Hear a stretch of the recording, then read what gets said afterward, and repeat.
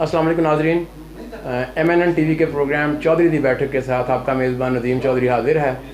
जैसा कि आपको मालूम है कि इस प्रोग्राम में हम कुछ ऐसी शख्सियात से आपकी मुलाकात करवाते हैं जिनको आप देखना चाहते हैं, सुनना चाहते हैं, उनके बारे में जानना चाहते हैं। आज एक ऐसी ही शख्सियत हमारे साथ मौजूद हैं जिनका ताल्लुक़ फ़न कोरियोग्राफ़ी से है और डांस जिसको आज़ा की शायरी कहा गया, आज वो किस तरफ जा रहा है कि उसका माजी हाल और मुस्तकबिल क्या हो सकता है या क्या था, हम इसके बारे में जानेंगे। तो आज की तारीख़ में पाकिस्तान के नंबर 1 कोरियोग्राफर बिला मुबालगा, इसमें कोई शक व शुबे की बात नहीं, उनके क्रेडिट पर बहुत ज़्यादा काम है।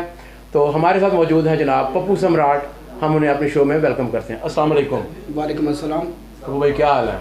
मैं ठीक हूँ, आप कैसे? खैरियत से? अल्लाह का शुक्र। अच्छा पप्पू भाई, मेरा ना बड़े अरसे से मेरे दिल में एक सवाल जो है ना, वो पब्लिक के लिए, ये जो सम्राट का आपके साथ नाम के साथ लगा हुआ है, एक तो इसकी बैकग्राउंड क्या है, नंबर 1। नंबर 2, बेशुमार सम्राट इस वक्त मार्केट में हैं, तो क्या वो सारे सम्राट हैं? तो ये ज़रा मैं थोड़ा सा मतलब अपने नाज़रीन के लिए के पहली बात तो ये है कि सम्राट के माने हैं किंग। मेरे दादा आशिक हुसैन सम्राट साहब ने जब हिंदुस्तान में थे तो उन्होंने ये टाइटल जीता। ये कोई कास्ट नहीं है, ये टाइटल है, जैसे ऑस्कर। ये टाइटल पूरी दुनिया में बहुत कम लोगों के पास है। संगीत की दुनिया में बहुत कम लोग हैं जिनके पास सम्राट का टाइटल है। तो ये सम्राट मेरे दादा आशिक हुसैन सम्राट साहब को ये एजाज़ मिला। उसके बाद उनके हवाले से, क्योंकि हम उनकी औलाद हैं, हम उनके नाम को आगे चलाने की कोशिश कर रहे हैं जितना भी हमें आता है। तो दूसरे लोग जो हैं वो, मुझे ये हैरानगी होती है कि मैं आपकी वल्दियत क्यों लिखवाऊँ। मतलब मैं अकबर सम्राट का बेटा हूँ, तो मैं अकबर सम्राट लिखवाऊँगा अपने साथ, तो मैं आपके बाप का नाम क्यों लिखवाऊँ। तो ये बहुत सारे बेवकूफ़ लोग हैं जो मेरे बाप का नाम अपने साथ लिखवा रहे हैं, तो वो उनके लिए ठीक नहीं है। और सम्राट के जो लफ्ज़ी माने हैं वो है किंग। तो उन्होंने वो टाइटल जीता और उनकी औलाद हम हैं। फिर मेरे अब्बा अकबर हुसैन सम्राट, फिर खानू सम्राट, फिर मैं पप्पू सम्राट, मेरे भाई आसिफ सम्राट, फिर मेरे भतीजे विकी सम्राट, अली रज़ा सम्राट, सऊद सम्राट। ये जो मेरा घर के लोग हैं ना, ये सिर्फ वो लिखवा सकते हैं जो मेरे ख़ानदान के लोग हैं, जो आशिक हुसैन सम्राट साहब की लड़ी में से। दूसरे लोग जो हैं वो, उनको ये हक़ नहीं है कि वो ये लिखवाएं। लेकिन कुछ लोग जब मुझे मिलते हैं तो वो कहते हैं कि जी हमारा कारोबार चल पड़ता है जब ये हमें लिखवाते हैं। तो फिर मैं क्या कहूँ मैं उनसे कि वो उसमें शर्मिंदा सा हो जाता हूँ कि भाई अगर तुम्हें सम्राट के नाम से तुम्हें अगर कुछ मिलता है तो फिर करते रहो भाई। लेकिन ये है रॉन्ग है, ये रॉन्ग है और ये इनको नहीं लिखवाना चाहिए। मतलब आपके कुछ शागिर्द हैं, कुछ शागिर्दों के शागिर्द हैं, कुछ इस तरह के मामलात भी हैं। शागिर्द तो पूरा पाकिस्तान मेरा, सही, जहाँ जाएंगे मेरे शागिर्द निकलेंगे। जो जितने कोरियोग्राफर हैं पाकिस्तान के अंदर, तकरीबन 99.9% मेरे शागिर्द हैं। तो अब जितने आर्टिस्ट हैं तकरीबन मेरे शागिर्द हैं। वो अब वो सारे सम्राट लिखवाना शुरू कर देंगे। अच्छा वो हमें पता चला कि आपने एक कोरियोग्राफर एसोसिएशन भी बनाई है जी। तो इसको बनाने के पीछे क्या मकसद है? अपना जो है वो चौधराहट के लिए या कि उनकी बेहतरी के लिए? देखिए, चुदराहट तो तब होगी जब मैं अपने ओन पे ये काम करूँगा। ज़िंदगी में कभी क्योंकि ज़िंदगी बहुत थोड़ी है, इसमें किसी के लिए कुछ कर जाना चाहिए। बहुत सारे फंड्स पाकिस्तान गवर्नमेंट ने दिए, जिनमें पाकिस्तान के जितने भी कोरियोग्राफर्स हैं, जितने भी डांसर्स हैं, जिसमें लड़कियां भी हैं, लड़के भी हैं, वो शादीशुदा भी हैं, उनके बच्चे भी हैं, और वो थिएटर से मुंसलिक भी हैं, वो फिल्म से मुंसलिक भी हैं, वो टेलीविज़न से मुंसलिक भी हैं। वो सारे पाकिस्तान के अंदर जितने भी शोज़ होते हैं वो हमारे लोग ही करते हैं। तो उन लोगों की कभी सुनवाई नहीं हुई आज तक। मैं उनके लिए खड़ा हुआ हूँ। उनकी मैं हुकूमत पाकिस्तान से गुजारिश कर रहा हूँ कि आप हमारा जो है फिल्म इंडस्ट्री पूरी जो है ना वो ले रही है, ठीक है, बहुत अच्छी बात है, उन सबको मिलना चाहिए। लेकिन हमारा जो जितने हमारे 300 लोग हैं तकरीबन, हमारे लोगों का बजट अलग होना चाहिए। हमें इनके साथ मत मिलाया जाए, क्योंकि जब भी बजट आता है तो हमें ये पता ही नहीं लगता कि लेता कौन है और देता कौन है और कहाँ जाता है। सही। करोड़ों रुपए का बजट जो है वो अंदर ही अंदर कहीं ना कहीं घूम घुमा के गायब हो जाता है। वो कोई फिल्म इंडस्ट्री के अंदर पहले भी ऐसे ही हुआ। अब फिर एक बजट अनाउंस किया है इमरान खान साहब ने 1 अरब रुपए का। उसमें अब हम ये चाहते हैं कि जो कोरियोग्राफर एसोसिएशन जो हमने बनाई है अपनी पूरे पाकिस्तान के डांस से रिलेटेड लोगों की, उनमें हम अपने कागजात, अपने जितने भी हमारे पेपर्स हैं, वो मैंने एक आदमी को देखकर, क्योंकि वो मैं आदमी रिकमेंड नहीं करूँगा जो कभी फिल्म इंडस्ट्री से जिसका ताल्लुक ही नहीं था। जो लोग काम कर रहे हैं उनके मैं अटेस्टेड, मेरे साइन से मैं एक अपनी स्टंप लगाता हूँ कि हाँ ये डांसर है, इसने काम किया हुआ है, इसने 10 साल किए, इसने 5 साल किए। इसमें कई लोग ऐसे भी हैं जिन्होंने 40-40 साल भी काम किए। कुछ बच्चे ऐसे हैं जिनके 4 साल, 5 साल, 6 साल का तजुर्बा है, लेकिन वो काम कर रहे हैं।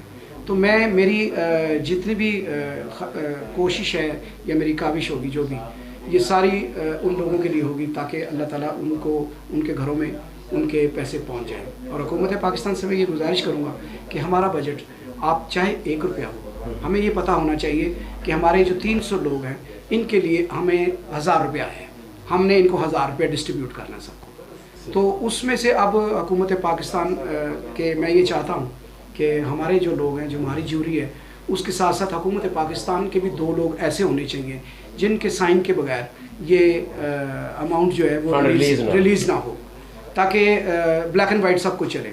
क्योंकि अभी तक तो ये हो रहा है कि जो ओहदेदार जो बैठे होते हैं उनको ये भी नहीं पता होता ये कौन आदमी है, ये किस लिए आया हुआ है। बस वो पेपर देखते हैं, ऐसे साइन किया, उसके हाथ में चेक दे दिया। ये जुल्म हो रहा है, ये उन लोगों की हक तलफी हो रही है जिनको मिलना चाहिए। वो जो लोग काम कर करके यहाँ थक गए, जिन बूढ़े हो गए हैं, वो अब कई लोग तो मर गए हैं, सही, कई लोग मर गए हैं, कई लोग मरने वाले हैं, उनके लिए कुछ नहीं हो रहा। और जो लोग अपने ताल्लुकात लड़ा के सज्जे खब्बे से इधर उधर से अंदर घुस जाते हैं, वो लोग सक्सेसफुल हैं, वो ले भी जाते हैं और वो ले रहे हैं। और ऐसे ऐसे लोग ले रहे हैं कि मुझे आप यकीन जानिएगा कि मैं किसी के बारे में बुरा नहीं कहना चाहता हूँ, लेकिन आप खुदारा उन लोगों को ज़रा रिकमेंडेड लोग तो होने चाहिए ना, कि ये आदमी बिजली का काम करता है, ये आदमी कैमरे का काम करता है, ये आदमी सेटिंग का काम करता है, ये आर्ट डायरेक्टर है, ये मेकअप वाला है, ये इनके पूरे शोबे हैं और इनकी ज़िंदगी में काम करने की एक लंबी लाइन है फिल्मों की। तो प्लीज़ हम एक प्रोग्राम जो हमने जो ऑर्गेनाइज़ किया, जो मैंने पूरी अपने कोरियोग्राफर एसोसिएशन के थ्रू जो मैं काम कर रहा हूँ, हमारे जितने लोग भी होंगे, हमने उन लोगों का फॉर्म ही नहीं फिल किया जिनको मैं नहीं जानता हूँ। मुझे अपने पोर्टफोलियो शो करें। और पाकिस्तान में प्रॉब्लम सिर्फ ये है सर कि जितने भी हमारे डांसर्स हैं, इनका पोर्टफोलियो आपको कभी भी नहीं मिलेगा, इनका तो अकाउंट ही नहीं है किसी का, क्योंकि ये बैकअप पे होते हैं। जितने मेन आर्टिस्ट होते हैं उनकी आपको शक्लें नज़र आती हैं और उन्हीं के नाम हो रहे होते हैं, और उनको सजाने वाले कौन होते हैं? ये जो लोग हैं, ये डांसर्स जितने हैं। अगर आप कहें कि जी अभी कोई भी आर्टिस्ट को भी अकेले परफॉर्मेंस करके दिखाएं, तो अकेले परफॉर्मेंस उनका पता लग जाता है कि वो कितनी परफॉर्मेंस करते हैं। ये लोग सजाने वाले आते हैं और ये इसलिए नहीं पहचाने जाते कि इन्होंने गेटअप्स किए होते हैं, इन्होंने डिफरेंट कपड़े पहने होते हैं, मेकअप किए होते हैं, कभी विग लगाते हैं, कभी मूछें लगा लेते हैं, कभी प्रॉप्स पकड़ी होती है, तो ये पीछे पीछे रहते हैं, इनकी शक्लें सही आज तक किसी ने देखी नहीं। तो इन लोगों के लिए मैं हुकूमत पाकिस्तान से हम्बल रिक्वेस्ट करूँगा कि सर, ये जो लोग हैं ये बड़े मुस्तहक लोग हैं और पिछले 5 महीने से इन लोगों ने कुछ काम नहीं किया। सब आर्टिस्ट जो माशाल्लाह अपने जो इस काबिल हैं, जो 4 महीने बैठ के अपने घर खा सकते हैं, उन लोगों को इतनी प्रॉब्लम नहीं हुई। उन लोगों के बारे में देखिए जो 4 महीने जो एवरीडे पैसा लेके जाने वाले हैं, वो 4 महीने 4 घंटे कैसे गुजारते होंगे। वो लोग जिनका एवरीडे का काम है, एवरीडे उनका चूल्हा जलना है, एवरीडे उन्होंने पैसे लाने और बच्चों को, उनके बच्चे भी हैं, स्कूल भी जाते हैं, उनकी बीवियां हैं, उनकी बेटियां हैं, उनकी फैमिली है सबकी, वो कहाँ से खाते हैं, वो कैसे चला रहे हैं। ये रब ही रब है, अल्लाह ही है जो ये वक्त निकाल रहा है। तो हुकूमत पाकिस्तान से मैं हम्बल रिक्वेस्ट करूँगा कि सर प्लीज़ आप लोग इनके बारे में सोचें। मैं आपको अपना नंबर सेंड कर रहा हूँ इसी प्रोग्राम के हवाले से। मेरा नंबर है 0300 949 5017। आप मुझे फ़ोन करें, मैं अपने सब लोगों के पेपर्स आपकी खिदमत में पेश करूँगा और वो सारे के सारे लोग जेन्युइन होंगे। और हमारा बजट खुदारा अलहदा कर दीजिए। ताकि हमें ये पता हो कि हम इतने बजट में हम इन लोगों को सबको अकोमोडेट करेंगे, चाहे वो आप कोई भी बजट दीजिए। हम ना तो हमारी कोई बहस है, ना ही हमने आपसे कोई कर्जा लेना है। हम एक हम्बल रिक्वेस्ट कर रहे हैं कि जो भी आप बजट अनाउंस करेंगे वो हमारे तक पहुंचना चाहिए। हमें ये पता हो कि हम इन पैसों के अंदर हमने सर्वाइव करना है, प्लीज़।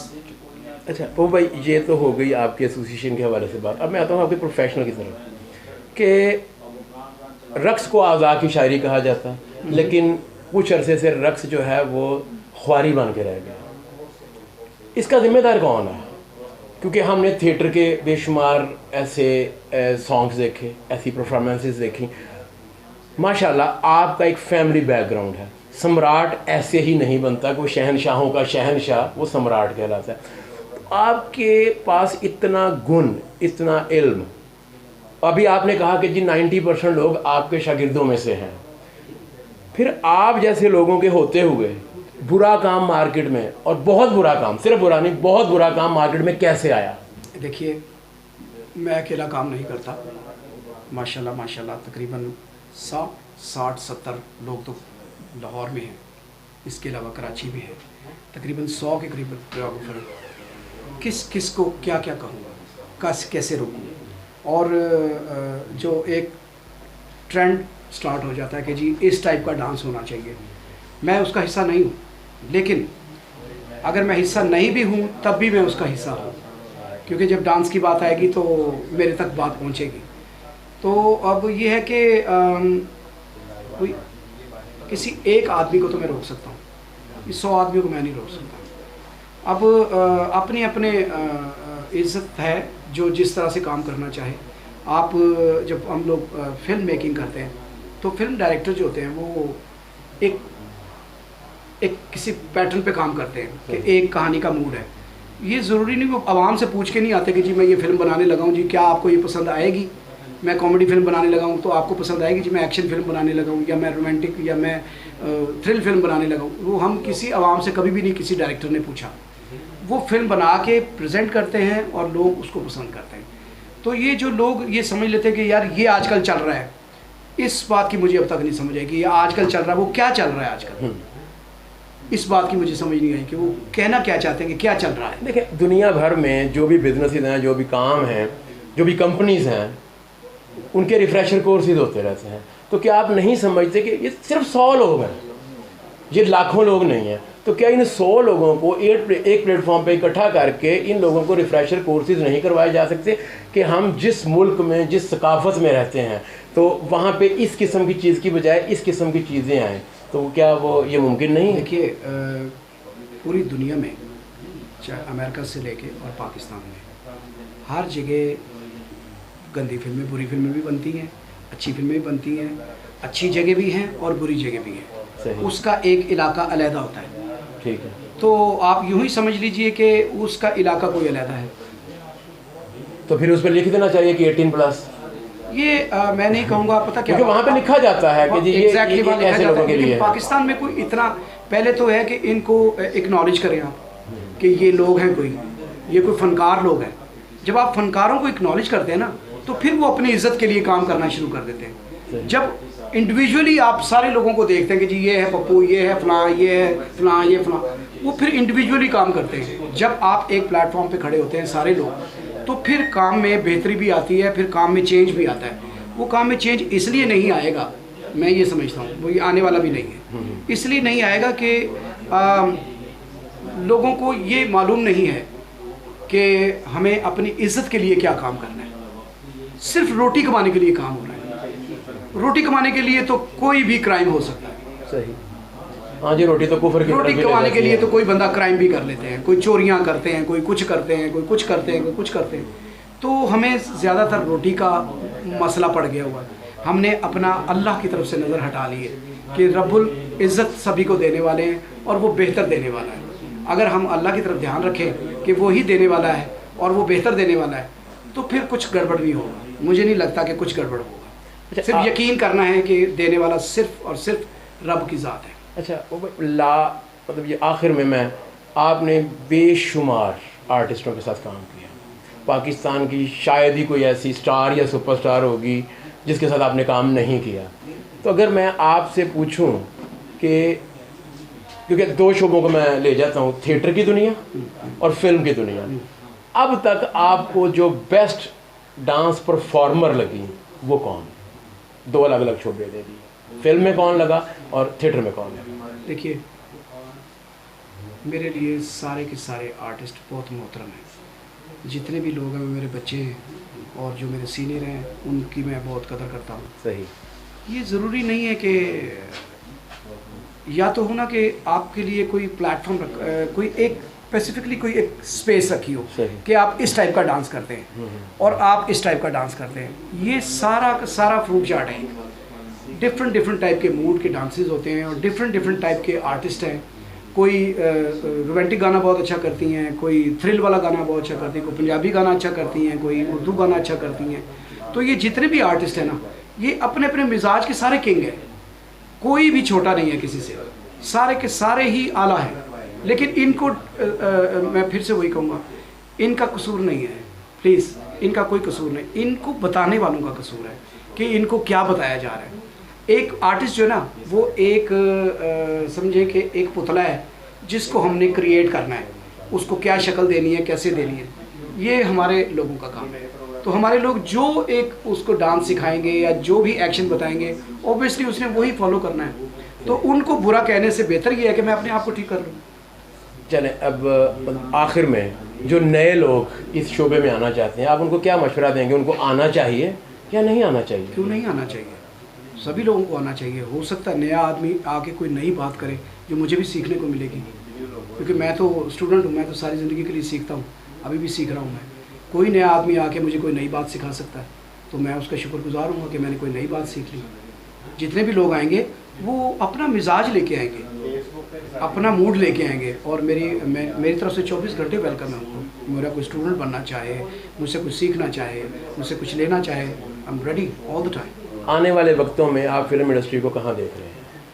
देखिए, मैं कोई फाइनल आदमी नहीं हूँ, फाइनल अथॉरिटी नहीं हूँ, लेकिन मैं दुआ ज़रूर करता हूँ कि इस जगह पे जो पहले रंग था, अल्लाह ताला वैसा ही रंग इसमें फिर से भर दे। जी, अभी हमारे प्रोग्राम का टाइम ख़त्म हो रहा है। पापा साहब से बातें करते रहें तो मतलब ये तो 50 नशिस्तें भी कम पड़ेंगी, तो इंशाल्लाह फिर किसी और नशिस्त में आपसे मज़ीद बात करेंगे। ये तो नाज़रीन, चौधरी की बैठक से नदीम चौधरी को दीजिए इजाज़त। अल्लाह हाफ़िज़।